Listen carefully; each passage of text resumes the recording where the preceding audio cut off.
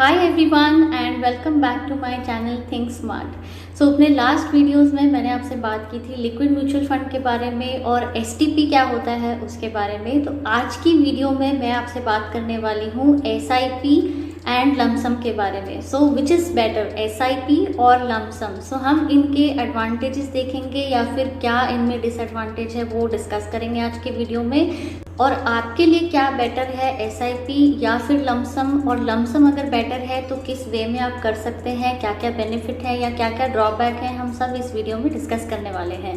तो चलिए स्टार्ट करते हैं कि पहले समझते हैं एसआईपी क्या होती है। सो आप सभी को मालूम होगा systematic investment plan mutual funds में क्या होते हैं। आप एक फिक्स अमाउंट इन्वेस्ट करते हैं किसी भी पर्टिकुलर म्यूचुअल फंड स्कीम में। जनरली हम इक्विटी म्यूचुअल फंड स्कीम में इन्वेस्ट करते हैं। हम अपने मन से अमाउंट डिसाइड करते हैं कि एवरी मंथ या एवरी वीक या फिर एवरी क्वार्टर हमें कितना अमाउंट इन्वेस्ट करना है, और आप वो अमाउंट रेगुलरली सिस्टमैटिकली इन्वेस्ट करते जाते हैं। So that is called as SIP. तो अब एसआईपी का बेनिफिट क्या होता है? सबसे पहला बेनिफिट होता है रुपी कॉस्ट एवरेजिंग। सो रुपी कॉस्ट एवरेजिंग क्या होता है? आपको एसआईपी, जब आप फॉर एग्जांपल आपने मंथली एसआईपी स्टार्ट की है 2000 रुपीज़ से, तो अब आपको उसमें यूनिट्स किस तरह से मिलती हैं। सो मान लीजिए नेट असेट वैल्यू, जिसको हम एनएवी बोलते हैं, वो प्राइस होता है जिस प्राइस पे आपको यूनिट्स मिलती है।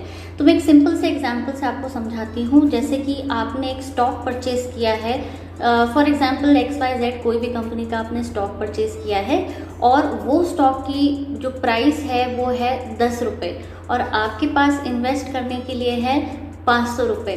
तो अब आपको कितने स्टॉक्स मिलेंगे?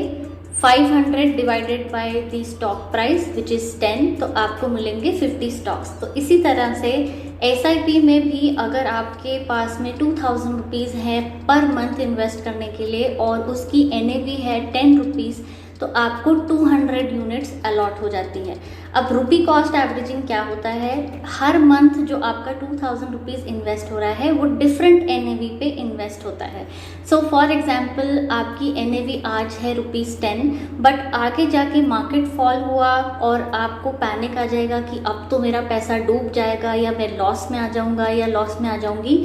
तो यहाँ पे आपको बेनिफिट ये होता है कि अब आप कम एनएवी पे वो उतना ही पैसा इन्वेस्ट कर रहे हैं और आपको नंबर ऑफ यूनिट्स ज़्यादा मिलेंगी। तो 2000 रुपीज़ आपने फिर से इन्वेस्ट किए और अब आपकी एनएवी हो गई 5 रुपीज़।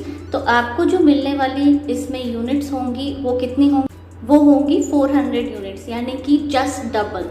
सो इस तरह से आपको रुपी कॉस्ट एवरेजिंग का बेनिफिट एसआईपी में मिलता है, बिकॉज हर महीने आपका जो पैसा है, हर महीने आपका जो अमाउंट है वो डिफरेंट एनएवी पे इन्वेस्ट होता है, और जब मार्केट डाउनवर्ड्स ट्रेंड में है तब आपको उतना ही ज़्यादा, फॉलिंग मार्केट में उतना ही ज़्यादा बेनिफिट होता है किसी भी एसआईपी में। और जब फाइनली आप सोचते हैं कि अब आपको अपना पैसा रिडीम करना है, विड्रॉ करना है, तो वो किस तरह से विड्रॉ होता है? जितनी भी ज़्यादा आपके पास आपके पोर्टफोलियो में यूनिट्स होती हैं, वो यूनिट्स होती हैं मल्टीप्लाई करंट मार्केट प्राइस यानी कि करंट एनएवी से। सो आपको आपकी वैल्यू मिल जाती है, यानी कि आपको आपका जो इन्वेस्टमेंट का रिटर्न है उसके साथ में आपको अपना पैसा वापस मिल जाता है। अब बात करते हैं सेकेंड एडवांटेज क्या है। सेकेंड एडवांटेज है यहाँ पे आपका डिसिप्लिन्ड इन्वेस्टमेंट होता है। फॉर एग्जांपल अगर आप सैलराइड पर्सन हैं, हर महीने आप डिसिप्लिन वे में कुछ अमाउंट साइड पर रख के 5000 या 10,000 या 15 या 20,000 इन एसआईपीज़ में इन्वेस्ट कर सकते हैं। सो ऑटोमेटिकली आपके अकाउंट से डिडक्ट हो जाता है और इस तरह से आपको सेपरेट प्लानिंग करने की ज़रूरत नहीं पड़ती है। सो ये ऑटोमेटिक मोड पे चलता रहता है और आपकी डिसिप्लिन्ड इन्वेस्टमेंट चलती रहती है। थर्ड एडवांटेज ये होता है, इसमें फ्लेक्सिबिलिटी बहुत है। इसका मतलब अगर कभी आपको ऐसा लगता है कि आपके पास में फिनेंशियल क्रंच है, आप उतना इन्वेस्टमेंट नहीं कर सकते हैं करंटली, तो आप किसी भी पॉइंट ऑफ टाइम पे अपनी एसआईपी को स्टॉप कर सकते हैं।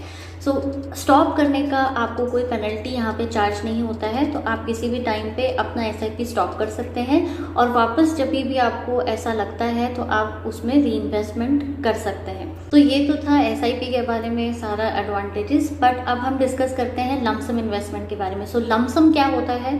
जब आप एक साथ ही वन टाइम इन्वेस्टमेंट करके अपना पैसा कोई भी इक्विटी म्यूचुअल फंड में पार्क करते हैं तो वो होता है लमसम इन्वेस्टमेंट। जैसे आपके पास में 1 लाख रुपीज़ या 5 लाख रुपीज़ या 10 लाख रुपीज़ पेयर है जो आप पार्क करना चाहते हैं इक्विटी म्यूचुअल फंड में वन टाइम इन्वेस्टमेंट के थ्रू, तो वो होता है लमसम। तो लमसम कब आपके लिए बेनिफिशियल होगा? जब आपका जो मार्केट है वो राइजिंग कंडीशन में होगा, यानी कि वो लेवल जो है निफ्टी या सेंसेक्स का वो ऊपर ही ऊपर जाएगा, तब आपका जो इन्वेस्टमेंट है वो आपके लिए बेनिफिशियल होगा। सो फॉर एग्जांपल आपने इन्वेस्ट किया आज 1 लाख रुपीज़ और मार्केट अप ट्रेंड कर रहा है, यानी कि मार्केट राइजिंग सिचुएशन में है, राइजिंग कंडीशन में है, तो वहाँ पे आपको जो NAV है वो इंक्रीज होके मिलेगी और आपका जो इन्वेस्टमेंट है वो आपके लिए प्रॉफिटेबल होगा। But on the other hand अगर वो मार्केट फॉलिंग है, डाउन ट्रेंड में है, तो वहाँ पे लमसम इन्वेस्टमेंट में आप स्टक हो जाएंगे। आपका जो पैसा है वो आपको नोशनल लॉस उसमें दिखने लगेगा। सो वहाँ पे आपको वेट करना पड़ेगा जब मार्केट वापस से ऊपर आता है या वापस से राइजिंग कंडीशन में आता है, तब आपका जो कैपिटल इन्वेस्टेड है वो भी रिकवर होगा। सो यहाँ पे ये देखने वाली बात है कि अगर आपको मार्केट की इतनी अंडरस्टैंडिंग है, अगर आपको मार्केट के सपोर्ट लेवल्स और एकदम हाई लेवल समझ में आते हैं, तो आप अपना पैसा इन्वेस्ट कर सकते हैं लमसम के थ्रू। दूसरा तरीका मैं आपको बताती हूँ, अगर आपको ये रिस्क नहीं लेना है और फिर भी आपको लमसम इन्वेस्ट करना है, आप सोच रहे हैं कि मेरे पास में 1 लाख रुपीज़ 5 लाख रुपीज़ है और मैं SIP करके क्या करूँ, क्योंकि मुझे तो ये पैसा वन टाइम इन्वेस्टमेंट ही करना है, तो बेटर है आप STP के रूप से इन्वेस्ट करिए। First you park your money into any liquid mutual fund and from that you can do systematic transfer plan to any equity mutual funds on a monthly basis or quarterly basis. So this is one way to invest your money through STP if you want to avoid the risk of lump sum investment. सो दूसरा एक lump sum investment का मैं आपको जो disadvantage है वो ये बता देती हूँ कि फ्लेक्सिबिलिटी यहाँ पे कभी कभी स्टक हो जाती है। जैसे मैंने आपको बताया कि मार्केट अगर राइजिंग कंडीशन में नहीं है, डाउन ट्रेंड में है, तो कई बार ऐसा हो जाता है कि आपका 1 साल में भी या 6 महीने या 1.5 साल में भी आपका जो इन्वेस्टेड कैपिटल है या प्रिंसिपल अमाउंट है वो भी रिकवर नहीं हो पाता, वो भी लॉस में ही दिखता है। और ऐसी सिचुएशन में अगर आपको पैसों की ज़रूरत होती है तो आप उसमें से विड्रॉ नहीं कर पाते। So this is one more disadvantage of lump sum investment.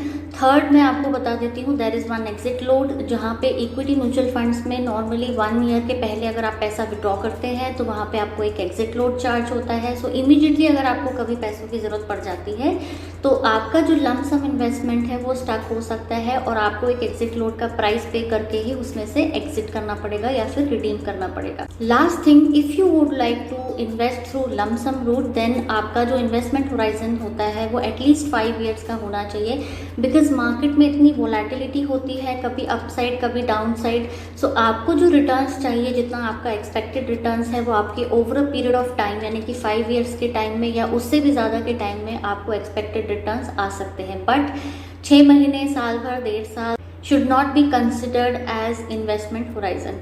So this is about lump sum and SIP. I hope आप लोगों को अभी तक समझ आ गया होगा कि आपके लिए SIP बेटर है या लम सम है, क्या लम सम के एडवांटेज हैं, आप किस रूट से जा सकते हैं, क्या उसके डिसएडवांटेज हैं, और SIP के क्या एडवांटेजेस हैं, वो आप लोगों को इस वीडियो के थ्रू समझ आ गया होगा।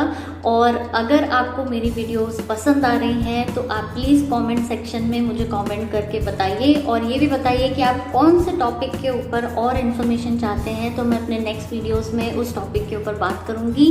And bye bye, take care.